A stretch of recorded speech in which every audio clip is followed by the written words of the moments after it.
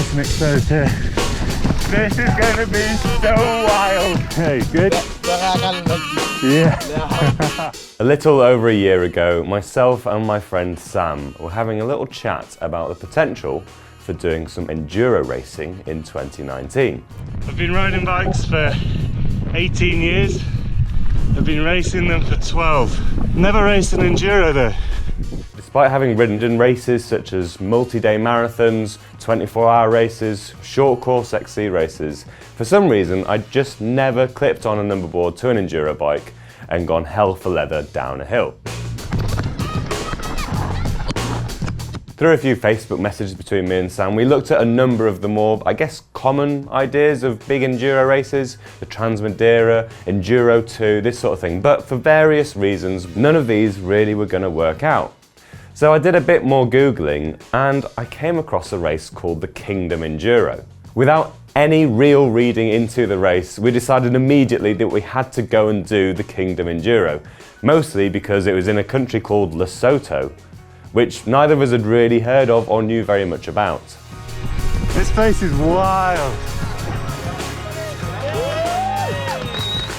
The Kingdom Enduro is an EWS qualifier race based in Lesotho. Really stunningly beautiful. It is basically just mountains, with the lowest point in the country being at 1600 meters there or thereabouts. It's a race at altitude and there's obviously going to be a lot of descending to do. The race takes place over 3 days and is based around the Roma trading post. Roma is, I think, the second city of Lesotho. We stayed at a place called the Roma Trading Lodge, which is where the race is based. And each day we got driven out from there for 3 days of the most incredible mountain biking and racing I've ever done. Just transitioning to stage one.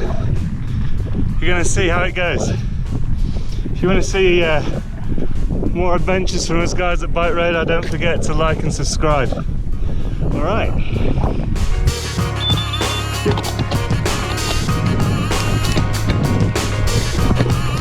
All right, day one, stage one. Riding blind, no idea where I'm going. Never raced enduro. Let's see how this goes. My tactic is get to the end, because this is going to be a ride of attrition. The race course was GPSable and there was markings out already for some of the practice days, as well as being a few uplifts available. Bit of rest on the flats, rest my arms, rest my legs. We did 2 days of practice before the race. We then had a day off to relax and then we were straight into the first of 3 days of racing. Take it easy, Tom. Take it easy. Day one started with around a 500 or 600 meter van-based uplift, which was pretty handy because it got us nice and high. But one thing that we didn't really realise with this race was just how physical it was going to be. Breathe. There we go. Okay, bit of pedalling. It's nice. I'm sure the fast boys are speeding this bit. I just want to get to the end.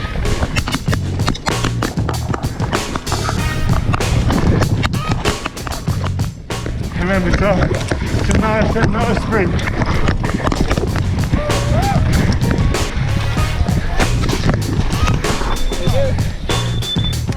Yeah. That's all good. Mate.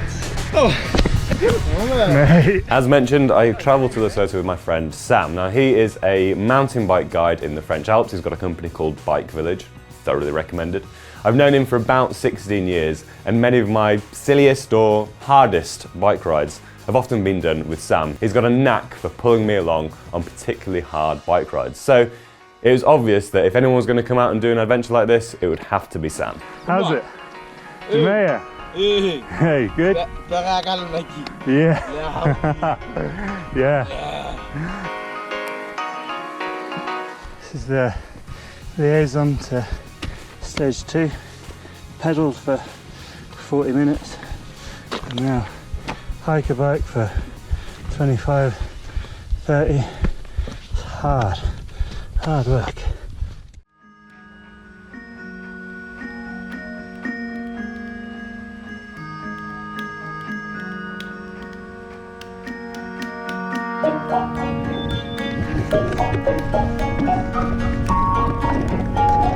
One of the main guys, Rene, behind the race, spends a lot of his time building trails in the Italian resort of Melini, and they have a great reputation.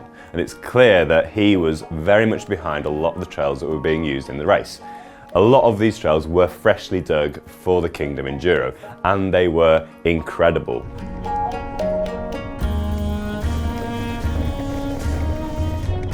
The trail builders really used to their full advantage the incredible landscape in Lesotho. Some of the tracks were supernatural, which had just been tweaked to make sure they worked for the race. Some of them were built completely fresh. There was everything from super flowy, bermy, beautifully, almost like volcanic loamy material corners, through to some of the most techie stuff I've ever ridden.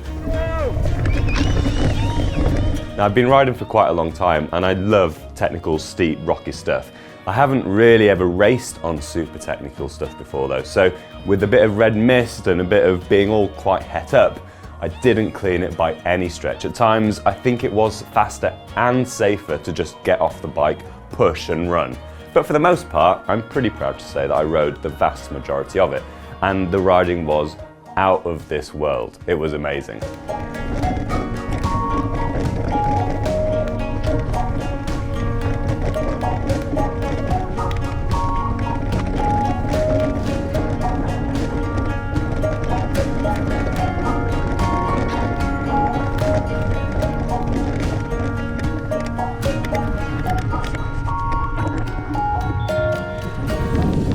Transitioning to stage 4 of day 1, in like the Roma arena. The town of Roma is where we're staying, and all these hills have got trails. So this is the final climb up to stage 4, the last of day 1. Coming like this limestone arena. It's pretty cool, it's pretty hot. My legs are really tired. There's about another 45-50 minutes up there. How are you feeling, Tom? Amazing. You tired? Yeah. Where have you just hiked from? Bottom. The bottom. It's a long way away. Where are we hiking to, Tom? The top. The top. That looks a long way away. How are you feeling about life, Tom? Amazing. Fast boy there. Not going to try and keep up with him.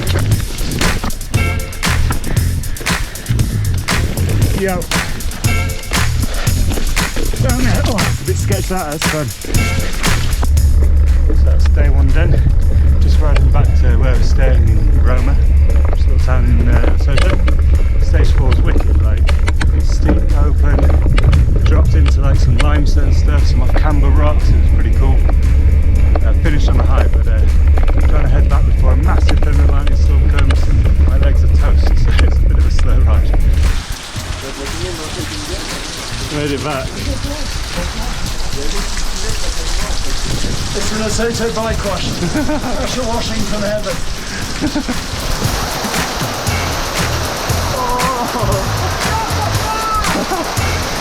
Oh, mate! It's just gone 5 o'clock in the morning. It's time for breakfast. It starts real early so we can kind of get out before afternoon storms come. But it does mean a 4:45 in the morning alarm. Yeah, gonna get some food.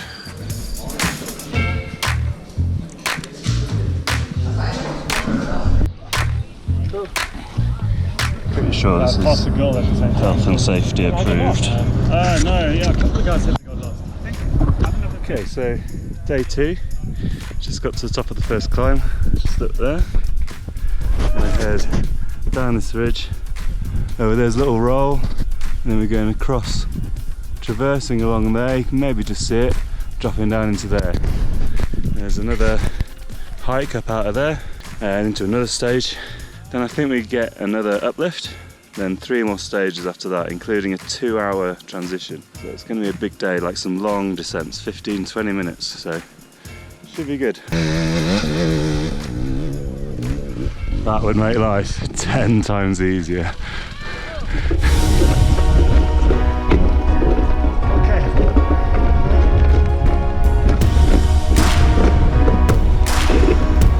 Calm it down.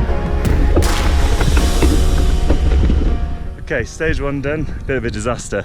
I thought it was pretty long, turns out it was actually quite short. So because I thought it was long, I rested everywhere I could, got to the bottom completely fresh. So that was a big error. Also, the rubber strap holding my pump and toolkit in a one-up thing snapped right at the top apparently. So I've now got another 40k to go with no tools, no pump. Stage 1 started up there, stage 2 starts there.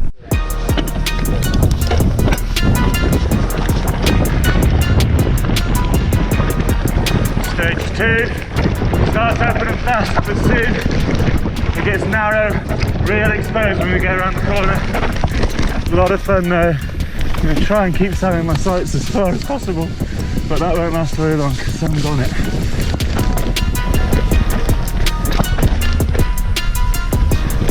To find our way around the race, it was actually fairly easy. We were a little bit worried before the race started because there was a lot of chat about you've got to bring a GPS and all this, and to be fair, neither me nor Sam had a GPS. However, we were able to follow other people. There was pretty good marking along the way. Sometimes there were little flags stuck in, sometimes bits of tape, or sometimes just a little stone that had been spray painted a bright colour to follow. So fortunately, we didn't ever really get lost. Let it roll. Yeah. It's beautiful.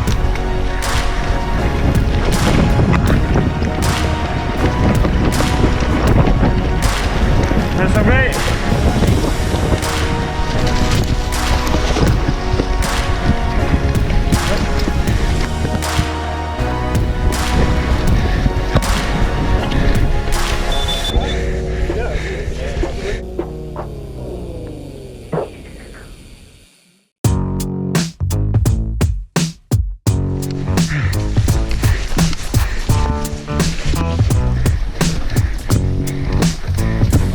Neck exploded.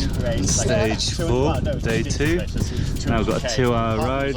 It was all the way down this massive mountain, all the way back up. One gear. So a little update. Stage 4, going real good. Flowy, fast, felt amazing. Then in the middle of it, crunch. Jockey wheel at the back, at the top, just disintegrated. Ended up chain coming off. Can't pedal. Wasted. Whole stage.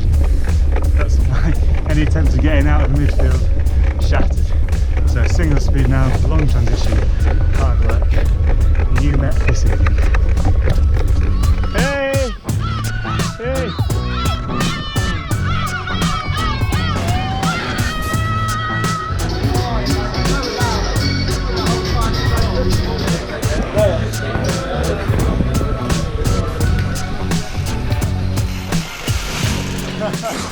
So we're riding out to day 4, or day 3 even. It's all based around Rome at the time, which you're listening, so slightly more chilled, only 26k, 1,000 metres of climbing. The other days have been 45k and 1700 metres, so easy day. Good news, someone found my pump yesterday and I got it back. It's now in the back.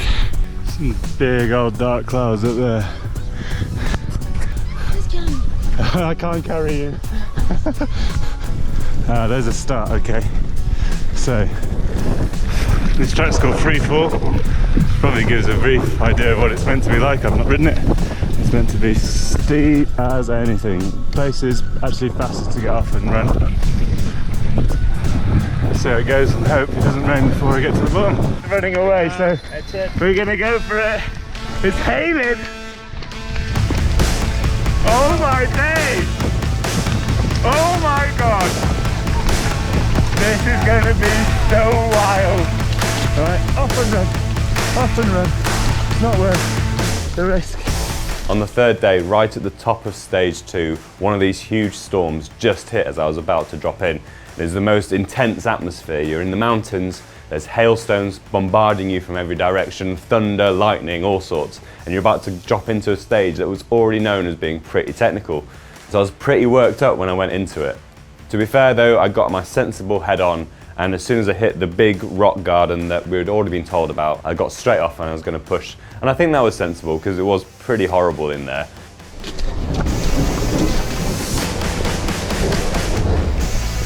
Alright, that's off.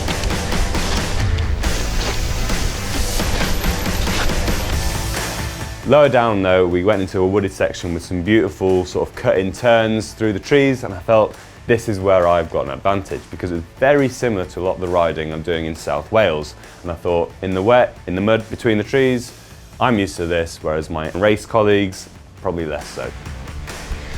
All right, it's kind of like Wales now. Let's see if I can put a bit of home advantage to the test. I'm not sure I can.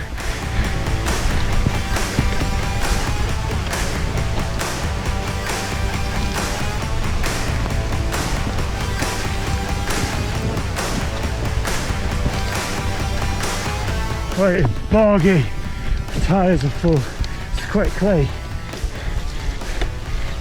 That stage itself actually finished going through a river, along a river, and that was a proper slog. Fortunately, right at the end, after the stage had finished, there was another big bit of river which we could wash our bikes in. I won't know how it was because it's not going to have felt good. I reckon a bit of home advantage on that middle bit. That's like Staunton. Yeah. You've ridden down a river. Yeah. And then you put some really nice corners in the woods. Yeah. Please. So we've got some light precipitation that's come in. We've just raced 2 stages at the start of the Kingdom Enduro, and the organisers have kind of made what I think is a good decision and sent us back to base just to hang out and wait till this clears and see what we can get up to this afternoon. It's pretty wet. Okay, so a quick bike check. It's a Specialized Stumpy Evo 29, size S3, so that's the larger one. Rhythm 36, DPX2, NX drivetrain, and then an X Fusion dropper, and a Spec saddle. Crank Brothers Synthesis wheels, Shorty on the front, DHF2 on the back. Good for cornering, but not loads of braking traction, but that's all right. Spank, spike, vibrocore bars. So they've got a bit of foam in here just to sort of dampen the vibration, so less arm pump in theory. They have the new Formula Cura 4-pot brakes. Also, crank boots. Great idea. Oh, and then my favourite Mute-Proof Horizon CS pedals. So yeah, that's what I'm riding. It's doing pretty good. Go on, Lido!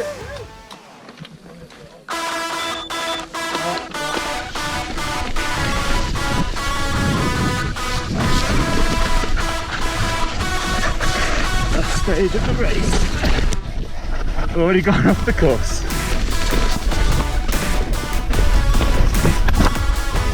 Oh, that is the biggest crash of my race so far.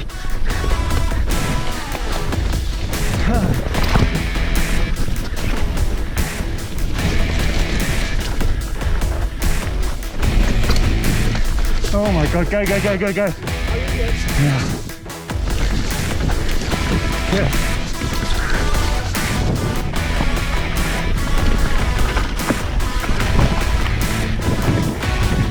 Pedal. I've got no energy left.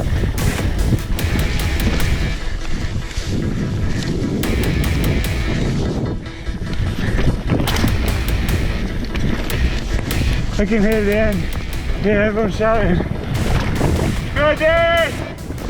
Just fit, dude! Yeah, boy! Yeah! Yeah! The final stage finished on a Velo Solutions pump track that is located at the Roma Trading Post, and it's there for community development reasons. I was expecting only a short bit of the track to be used, however, they made us do a full loop of the whole thing before we could finish, and pump tracks are quite physical. Oh my god!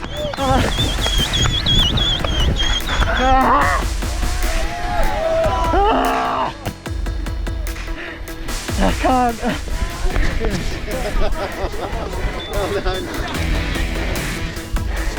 Yeah, boy.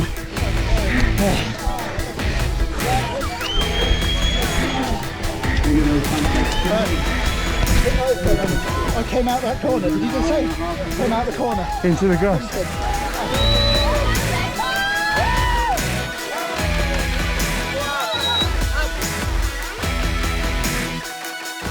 I had an incredible time at the Kingdom Enduro.